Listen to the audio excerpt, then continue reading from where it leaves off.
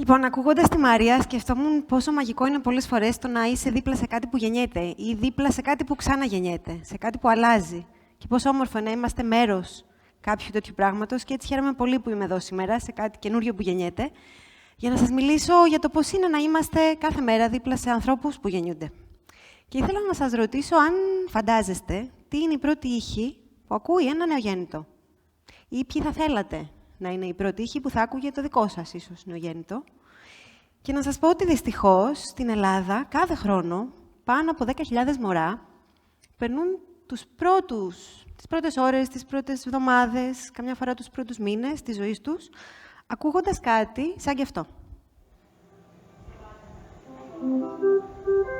Συνέχεια.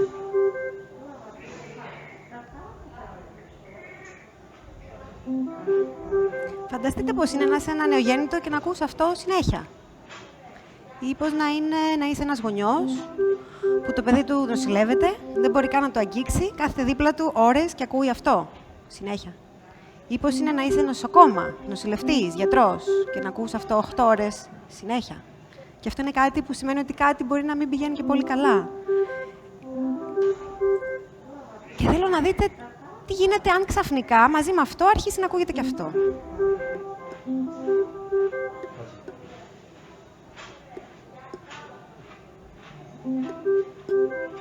Ή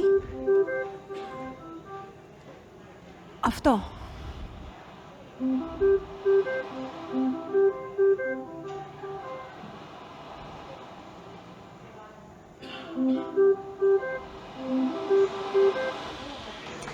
Ή κάτι σαν αυτό.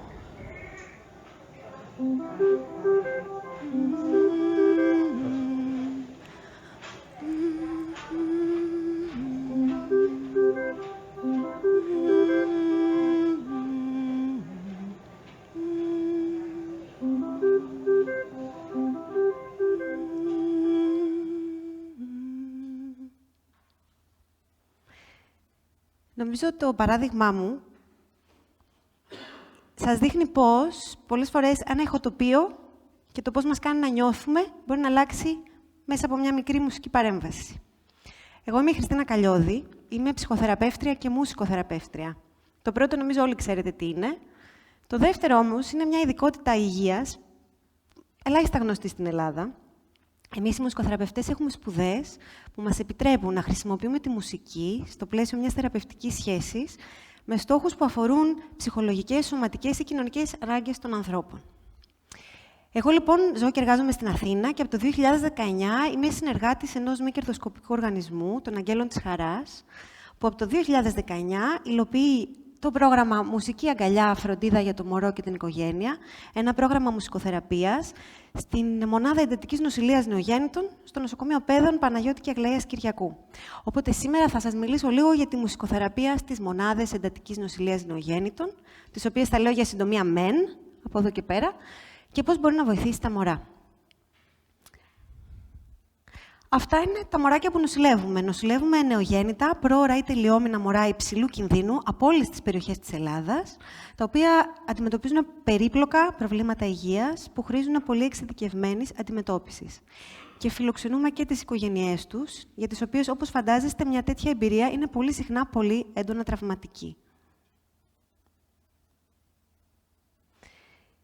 Πώς βοηθάει τώρα η μουσικοθεραπεία? Τα τελευταία χρόνια έχουμε πάρα πολλές έρευνες, ειδικά την τελευταία δεκαετία, που συσχετίζουν τη μουσικοθεραπεία σε μονάδες εντατικής νοσηλείας νεογέννητων με πάρα πολύ θετικά αποτελέσματα όσον αφορά την νευρολογική ανάπτυξη των μωρών, την αντιμετώπιση του πόνου, τον τρόπο με τον οποίο τρώνε, γιατί αυτά τα παιδάκια δυσκολεύονται να φάνε, κουράζονται εύκολα και με τη μουσική τα βοηθάμε αρκετά σε αυτό, στο να χαλαρώσουν, στο να μειωθεί το στρες τους και στο να έχουν καλύτερη ποιότητα ύπνου.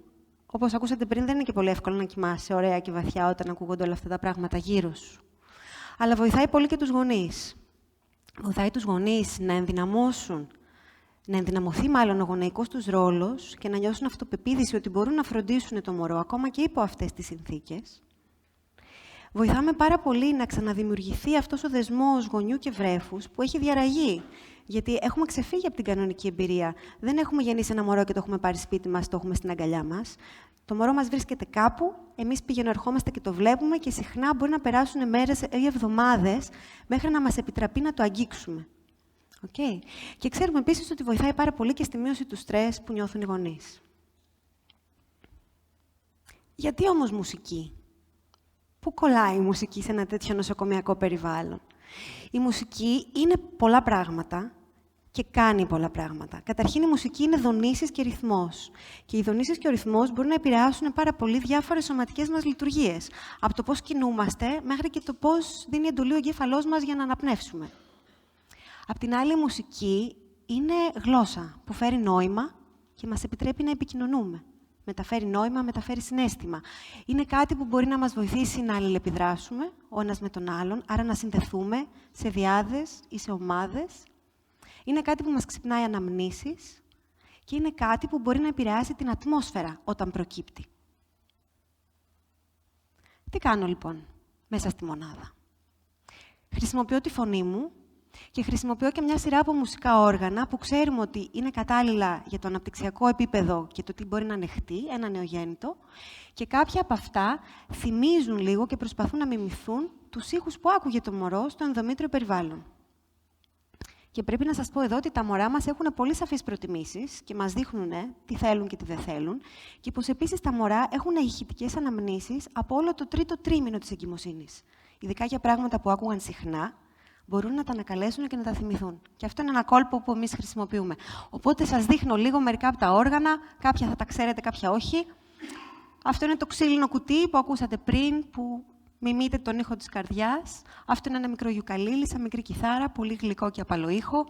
Αυτό είναι μια καλύμπα, ένα όργανο που κατάγεται από την Αφρική, πολύ εύκολο και απλό, και είναι κάτι που μπορεί να χρησιμοποιήσουν και οι γονείς, αν ντρέπονται να τραγουδήσουν, για παράδειγμα. Μια μικρή κουδουνίστρα. Το τύμπανο του ωκεανού είναι αυτό που ακούσατε πριν, που θυμίζει λίγο θάλασσα, αλλά θυμίζει και τους ήχους των υγρών που άκουγε το μωρό μέσα στην κοιλιά. Κιθάρα. Το μονόχορδο, ένα όργανο που έχει ένα πάρα πολύ απλό ήχο, μία νότα, πολύ γεμάτο όμως, και το μυστικό του είναι ότι όταν ακουμπάει πάνω σου, το ξύλο του δονείται τόσο έντονα, που μεταφέρει τη δόνηση στο ανθρώπινο σώμα και είναι μια απίστευτα χαλαρωτική αίσθηση. Και τέλος, ένας μικρός μελωδός, ο οποίος είναι για τα λίγο μεγαλύτερα μωρά μας, είναι ένας ήχος που τους αρέσει, αλλά ταυτόχρονα, επειδή κουνιέται και μπροστά στα μάτια τους, δίνει και ένα έξτρα οπτικό ερέθισμα, που τα βοηθάει να εξασκήσουν την όρασή τους. Και θα σας πω ιστορίες. Γιατί δεν μπορώ να σας δείξω βίντεο, είναι πολύ ευαίσθητος ο πληθυσμός μας, οπότε δεν τραβάμε βίντεο. Ό,τι φωτογραφία θα δείτε, δεν θα δείτε πρόσωπα των δικών μας μωρών. Εντάξει. Θα σας πω όμως μερικές ιστορίες. Ο Αλή είναι ένα παιδάκι, το οποίο έχει κάνει πολλά χειρουργία. Πονάει αρκετά, παίρνει μεν παυσίπονα, αλλά έχει ενοχλήσεις, γκρινιάζει. Πώς γκρινιάζει το μωρό? Κλαίει. Ανεβαίνουν οι παλμοί του, ανεβαίνει η πίεσή του. Ηρεμεί όταν είναι εκεί η μαμά, αλλά η μαμά δεν μπορεί να είναι εκεί συνέχεια. Οπότε εγώ πλησιάζω τον Αλή, τον χαιρετάω και ξεκινάω να ψάξω να δω τι ήχοι του αρέσουν. Οπότε δοκιμάζω. Του αρέσουν τα υψηλή ήχοι, χαμηλή ήχοι, δυνατά, σιγά, το α, το το ο, το ι. Ο Αλή μου δείχνει τι θέλει, ανάλογα με το πώς τρέφει το κεφάλι. Όταν κάτι του αρέσει, με κοιτάει. Όταν κάτι δεν του αρέσει, γυρίζει από την άλλη. Οπότε σιγά-σιγά, ανακαλύπτοντας τους ήχους και ακολουθώντας το ρυθμό της ανάσας του, βλέπω την κοιλιά του πώς κουνιέται, αρχίζω να φτιάχνω ένα μελωδικό ανανούρισμα, επαναλαμβανόμενο, πάνω στο ρυθμό της ανάσας του και στους ήχους που ήθελε. Ο Αλής σταματάει την κρίνια, εστιάζει, με κοιτάει, αρχίζει να ηρεμεί. Η νοσηλεύτρια έρχεται δίπλα μου, λέει: «Α, τον ηρέμησες, μπράβο, μπράβο». Ήταν οι πρώτες φορές που ακόμα δεν είχαν πολύ εμπιστοσύνη στο τι κάνουμε. Και πάει και στο monitor δίπλα που δείχνει τις μετρήσεις. Πώς είναι η καρδιά, πώς είναι η ανάσα, μου λέει: «Καλέ, του έπεσε και η πίεση». Ο Αλή λοιπόν, ήρεμος πλέον, σιγά-σιγά εγώ επιβραδύνω τη μουσική, όλο και πιο αργά, αφαιρώ, όλο και πιο λίγες νότες, και ο Αλή αποκοιμιέται. Ιστορία νούμερο 2. Η Μαρία. Η Μαρία είναι ένα κοριτσάκι που έχει έρθει με τους γονείς του από ένα νησί της Ελλάδας, σε εμάς. Έχει γεννηθεί με ένα πολύ σοβαρό νόσημα, το οποίο την κάνει να είναι πάρα πολύ λιθαργική. Περνάει την περισσότερη μέρα σε βαθύ ύπνο. Ακόμα και όταν είναι ξύπνια, είναι σαν να μισοκοιμάται, δεν αντιδρά. Ό,τι και αν της κάνουμε δεν δείχνει να την ενδιαφέρει. Και επίσης δεν είμαστε σίγουροι πόσο έχει επηρεαστεί από το νόσημα που έχει η εγκεφαλική της λειτουργία. Υπάρχει μεγάλη ανησυχία για τις βλάβες που μπορεί να έχει η Μαρία. Οι γονείς της προσπαθούν, τις τραγουδάνε, κάνουν και τις τζιγκλάνε, λίγο τίποτα. Η Μαρία δεν θέλει. Οπότε ξεκινάμε λίγο μαζί να δούμε τι μπορούμε να κάνουμε και τι μπορεί να δημιουργήσουμε με τη Μαρία και τους γονείς. Και τις πρώτες φορές, λοιπόν, εξηγώ λίγο στους γονείς, τους μαθαίνω τη γλώσσα του μωρού. Τα μωρά έχουν τρόπο να μας πούν τι θέλουν, με το πώς είναι το χρώμα του δέρματός τους, πώς κουνάνε το στόμα τους, πώς κουνάνε τα χέρια τους. Καμιά φορά κάτι που κάνουν, εμείς το παίρνουμε αλλιώς, ας πούμε, το χαμόγελο σε ένα πολύ μικρό μωρό, δεν είναι ένδειξη ευχαρίστησης, είναι ένδειξη «άσε με ήσυχο τώρα». Οπότε, αφού τους μαθαίνω λίγο τα σημάδια για να ξέρουν, να αναγνωρίζουν τη γλώσσα τους και να ξέρουν και πότε να είναι μια καλή στιγμή να επικοινωνήσουν μαζί τους, ξεκινάμε με ένα τραγούδι που το χρησιμοποιούμε σαν βάση. Είναι ένα τραγούδι που η μαμά χρησιμοποιούσε στην εγκυμοσύνη. Το έλεγε συνέχεια στο μωρό. Το λέμε, η Μαρία διαφορεί πλήρως. Και κάποια στιγμή αρχίζουμε να βλέπουμε πώς, αν το πειράξουμε λίγο, τι μπορεί να συμβεί. Και κάποια στιγμή παίρνω την κιθάρα. Η Μαρία λατρεύει την κιθάρα. Με το που ακούει την κιθάρα να συνοδεύει τις φωνές, τα μάτια ανοίγουν γαρίδα.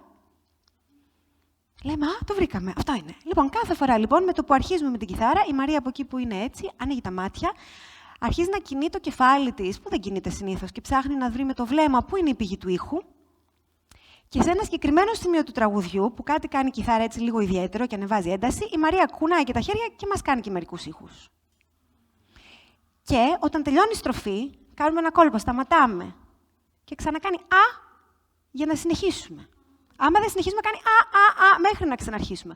Αυτό συνήθως κρατάει 10 λεπτά. Στο τέλος του δεκάλεπτου η Μαρία κουράζεται, γυρνάει το κεφάλι από την άλλη, τέλος. Αυτά τα 10 λεπτά είναι πολύς χρόνος για ένα τέτοιο παιδί και είναι και μια μαγική στιγμή για τους γονείς τους.